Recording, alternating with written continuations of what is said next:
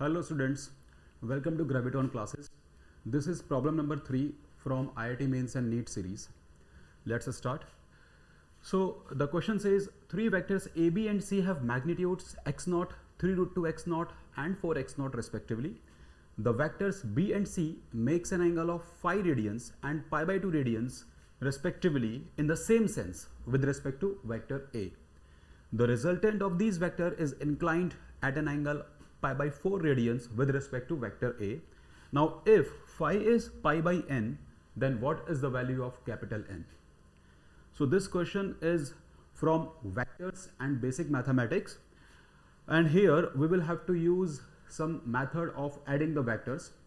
For this we have multiple methods available, triangular law, parallelogram law, and इन दोनों का जो super set है that is the polygon law. So polygon law तब apply होता है जब आपको मल्टीपल वेक्टर्स ऐड करने होते हैं. सो इस लॉ में हम क्या करते हैं, एक बार इसको देख लेते हैं briefly. So let us suppose there are some vectors which are to be added. I'm drawing random vectors and these vectors needs to be added. Then as per this law आपको इन सारे vectors को head to tail combination में arrange करना है in the same sense. Let us start with any of the vectors. I started with this vector. Okay. Order कुछ भी हो सकता है. Head to tail combination में आपको इन सभी को arrange करना है.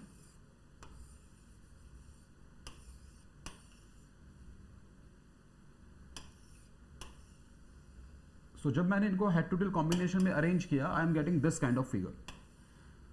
द लॉ सेज कि आप अगर इसकी क्लोजिंग साइड को ड्रॉ कर दें और वो भी अपोजिट सेंस में, अभी तक जो सेंस बन रहा है this is clockwise.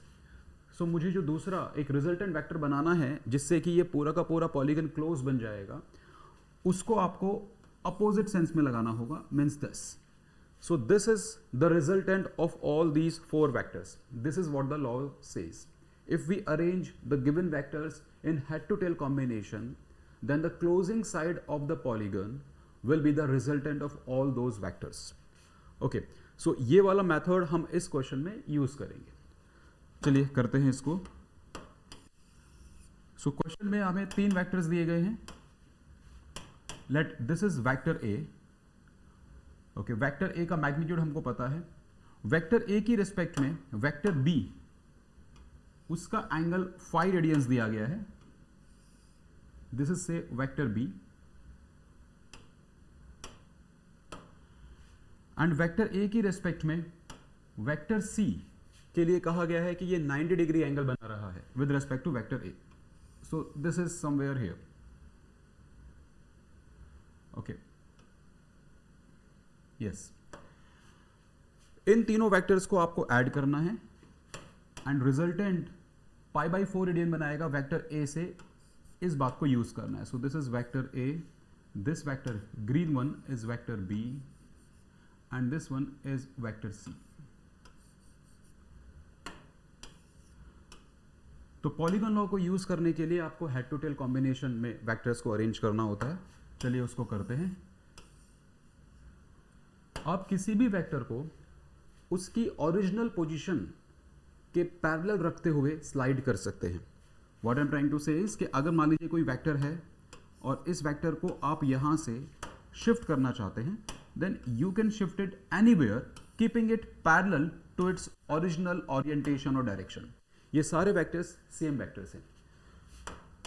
So using this fact मैं वेक्टर सी को शिफ्ट कर रहा हूं so as to arrange it in head to tail combination.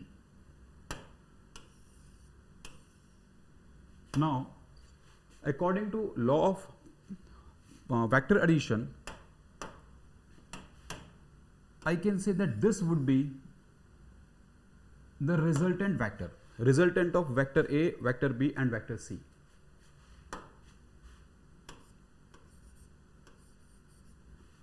Fine. Now the question says the resultant of these vector is inclined at an angle of pi by 4 radians with respect to vector A. So ये वाला angle हमें दिया गया है and this is pi by 4 radians. Fine. इसको solve करने के लिए मैं छोटा सा कंस्ट्रक्शन कर रहा हूं. I am just pulling this vector c down and vector a को आगे की तरफ वेक्टर a की डायरेक्शन में भी एक कंस्ट्रक्शन कर लेते हैं. So I have made these two constructions. इससे एक राइट एंगल ट्राइंगल हमको मिल गया. Okay, this is a right angle triangle. अब इस राइट एंगल ट्राइंगल में ये एंगल π/4 रेडियंस है, एक एंगल ऑब्वियसली 90 है, तो हमें ये एंगल भी पता लग गया कि ये एंगल भी π/4 रेडियंस ही होगा. तो ये right angle triangle right angled होने के साथ साथ आइसोसेलेस भी है, और इसलिए इसका जो बेस होगा वो इसके ऑल्टीट्यूड या हाइट के बराबर होगा. हम इसी फैक्ट को अभी इस्तेमाल कर लेंगे. So what is the base? Base is vector a, magnitude of vector a plus this length.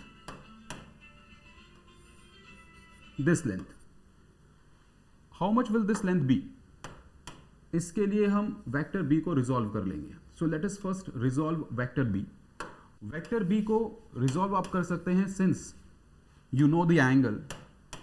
Question में कहा गया है कि ये जो एंगल है वेक्टर b और वेक्टर a के बीच का, यही फाई है, और इसी फाई एंगल को लेटर ऑन क्वेश्चन में मेंशन किया गया है कि ये π/n हमें यूज करना है, और इसी n को हमें इस्तेमाल करना है. So if I resolve this vector b, one component will be in the horizontal direction and one component will be in the vertical direction as per my diagram. So vector b, angle phi, horizontal component we all know would be b cos phi, and the vertical component would be b sin phi. So base of the complete triangle, it would be a plus b cos phi, and this should be equal to c, magnitude of vector c, plus b sin phi. Substituting the values of vector a, b and c. a की value हमें दी थी x0, b की value हमको दी है 3√2 times x0 cos of phi. It is equal to c का magnitude दिया हुआ है 4x0, b is again 3√2 x0 sin phi.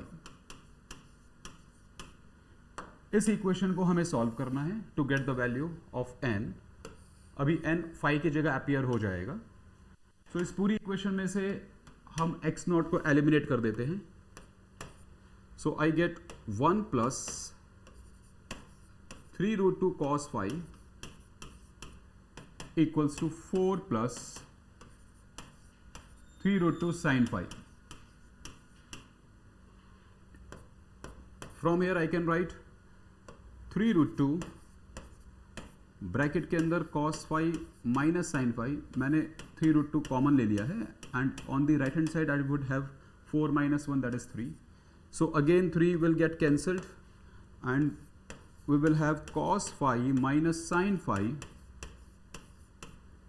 will be equal to 1/√2. So now this is an trigonometric equation जिसको हमें सॉल्व करना होगा. For this what we can do is हम इसका होल स्क्वायर ले लेते हैं दोनों side. Squaring this equation on both the sides. So square of the LHS, square of the RHS, using simple trigonometric identity, cos square phi plus sin square phi would be 1. So 1 minus 2 cos phi sin phi will be equal to 1/2, and finally I can write 2 cos phi sin phi is equal to 1/2. यहाँ एक और well known trigonometric identity लग जाएगी, 2 cos phi sin phi. इसको हम लिख सकते हैं sin 2 phi. So this is sin 2 phi equals to 1 minus 1/2, that is 1/2. अब हमें इस एंगल को डिकोड करना है जिस एंगल के लिए साइन की वैल्यू 1/2 हो जाती है. सो हमें मालूम है कि 1/2 वैल्यू साइन की साइन ऑफ π/6 रेडियन पर आ जाती है. So I can compare these two angles. So I will have 2 phi will be equal to pi by 6, and hence finally phi will be equal to now we can substitute this value of phi. Phi was given to be pi by n, so twice of pi by n equals to pi by 6, and from here I directly get n equals to 12.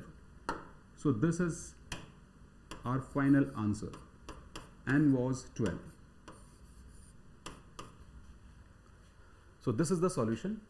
I hope you have got it. In case of any query, you can write it on the comments. Thank you.